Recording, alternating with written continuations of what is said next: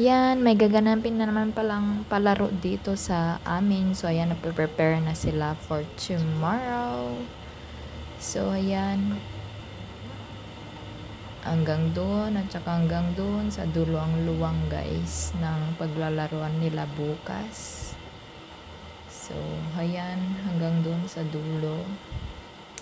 Napaka-effort ng mga ano nila dito pag mga may event na ganito kasi todo decoration.